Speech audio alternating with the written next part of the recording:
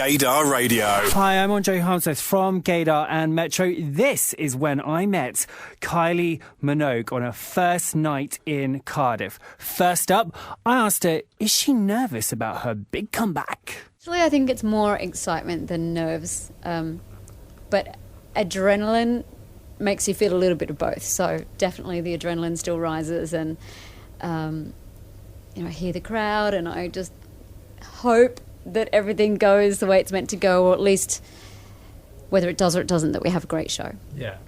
Do you ever have moments where you sing the wrong lyric or move the wrong way and you just think, oh my God, and just cover it up?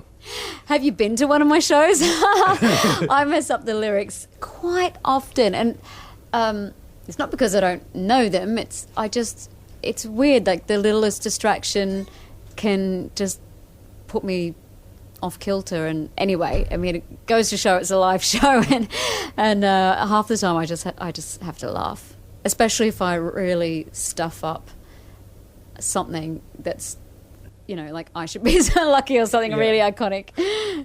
The costumes are pretty amazing. We've seen lots of pictures of them. They've just arrived. You've just arrived in Britain. Do you ever take any of them home and have a bit of fun with Andres and then dress him up in them? You have quite an imagination, don't you? No, but no, I don't take them home. I don't get Andreas to wear them. I did get to... he kindly agreed to be filmed for the screens in a song called Cupid Boy. And Willie and I, my creative husband, we tried to get him into a fig leaf, and Andreas wasn't having any of it. But we did get him into little pants. so we did okay. I'm sure but all not my frocks.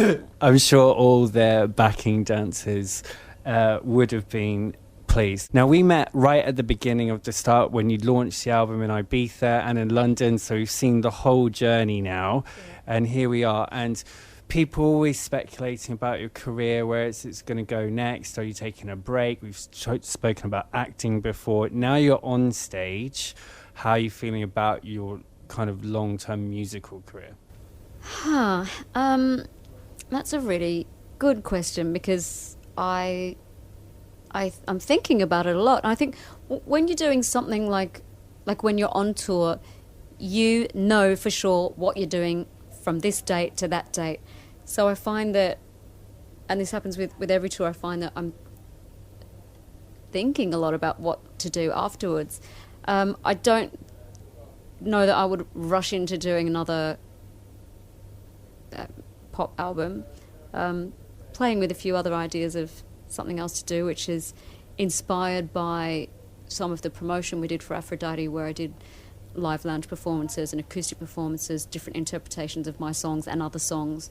And there was such a great response to that I might do something along those lines. Definitely I'd love to do acting.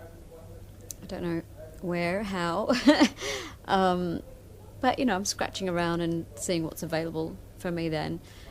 I would love to have a holiday in August. That's one thing I would like to happen at the end of this tour. But I don't know, life always throws up a surprise of one sort or another, so we'll see. But I would love to branch out and do some different type of performing. Well, we saw you do your collaboration with Tayo Cruz, and I absolutely love Higher. I've always got it on loop at work and stuff. Yeah, I really, really like it. Now, what about kind of one-off collaborations? Everyone went into a frenzy after you tweeted Britney the other week. And then all the gays were like, Britney, Kylie, overload. Would you ever be up for doing anything with her at all? Like a team up with Britney? That would be our dream come true. Oh, yeah, it would be awesome. I think, I've met her before, and I know we've worked with some of the same people who help put our tours together. And, I think she's great. I genuinely... I tweeted that because there was the one song from the deluxe edition, He About to Lose Me, that I literally, it's in my head before I go to sleep. I play it off my computer when I'm here, and it's just, just wanted to say that I'm excited about it, and she was glad to hear it. So, yeah, of course, that would be great. Now, you might have a mild apoplexy if that was to happen. So we'd have to give you fair warning, I think. But that might never happen. But it would be, I'm sure, it would be a great thing. It'd be awesome for us. Your first gig is in Cardiff, Wales. You've got Welsh blood in you. Now it's a bit tricky because you're a London girl. You're from Australia. Your roots are Welsh. The Rugby World Cup's coming up. Who the hell are you going to be barracking for? And you ask me this the day that I am in Cardiff? That's tricky, but I'd probably have to go with the Aussies. Yeah, I am Aussie born after all.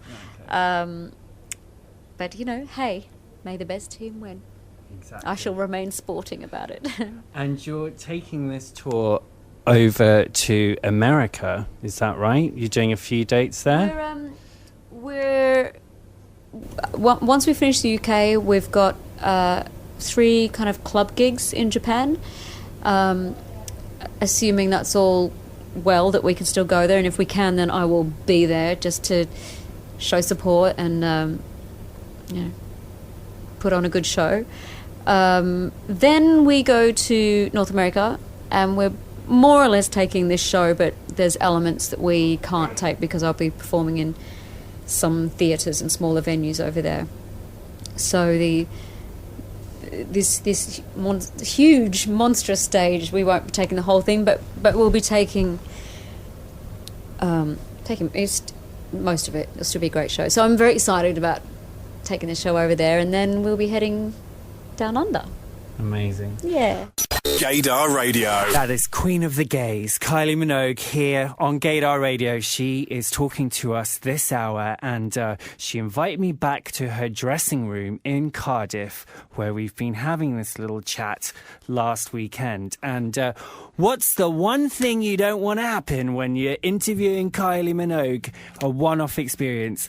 The batteries on your dictaphone to run out halfway through. And I literally wanted the ground to open up and swallow me, but she was incredible. She just patted me on the arm and went, "Oh dear, shall we do it again?" So she was incredibly sweet. I was mortified. I was literally had my fist down my mouth for the rest of the weekend, just in horror.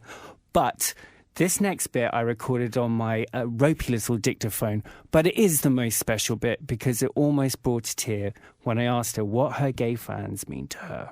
Immensely important, but I like to include in that it's all fans. I mean, I just have to look out at my audience at shows, and yeah, there's a lot of gay fans there, and I feel like, in a strange way, like I'm home. I'm so in the bosom, and it's very comforting, it's very exciting. It doesn't make me lazy because it feels comfortable, because a gay audience can be very opinionated as well, and they still want the quality, and they along with the rest of my audience help me to try and deliver that. But I would say my gay audience, way back when times were not the easiest for me, would just showed so much support, and it was like having an army behind me, and I think that's where the marriage happened. And it's been a kind of a love affair ever since. It certainly has. It's a marriage that's lost no momentum. Definitely not. It's a marriage that never goes wrong. Oh, I hope not. Stand by. Across Gay UK. On mobile, online, and on digital radio in London and the Sussex coast. This is Gaydar Radio.